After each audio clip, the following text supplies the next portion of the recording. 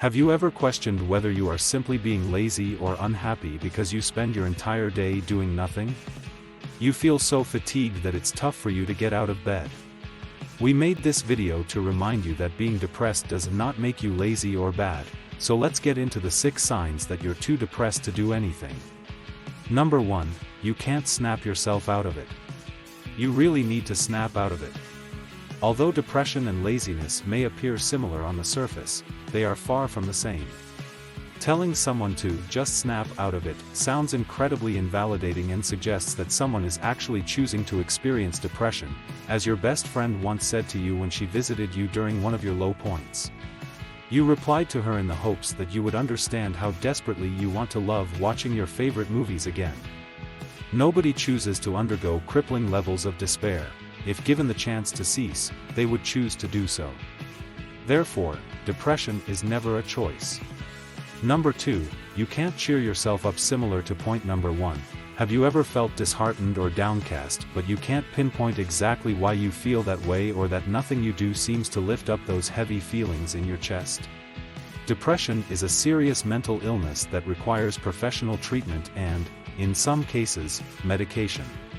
Depression is a mental disorder that has significant and enduring consequences on how you think and feel. In fact, depression makes the sufferer sad about everything.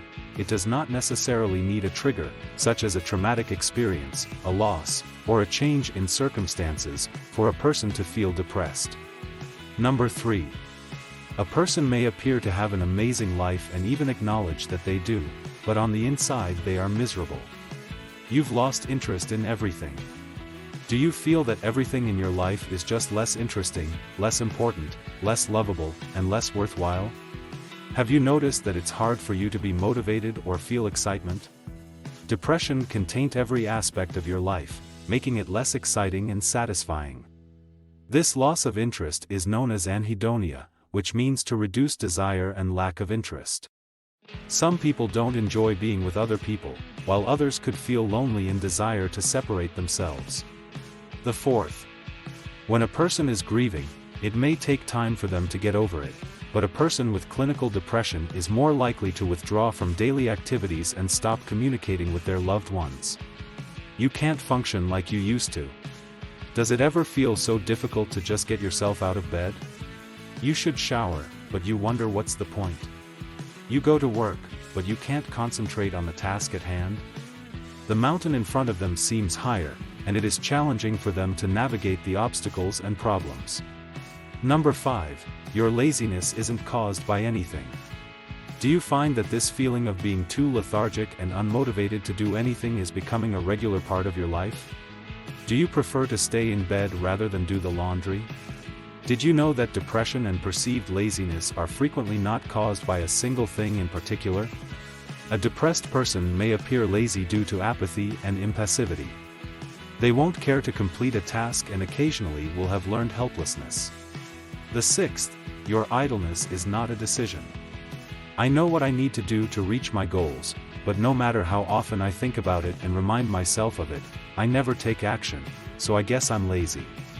Have you ever admitted such a thing to someone you can trust, or perhaps you have such a thought in your mind? Laziness is now a negative term for depression.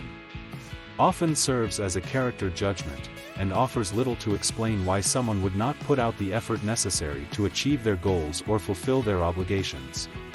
One may overlook the warning signs that they are sad and require therapy, since laziness is seen as a problem rather than a symptom of a problem. Once the underlying issues are addressed, you will be one step closer to healing.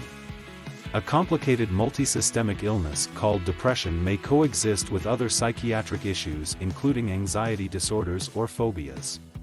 Due to its complexity, a complete and holistic knowledge of depression has proven elusive.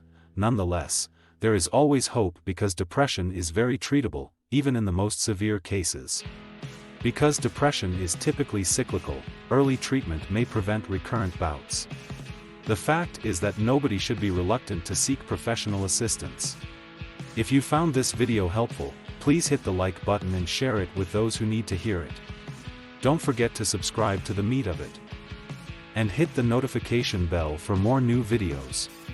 Thanks so much for watching.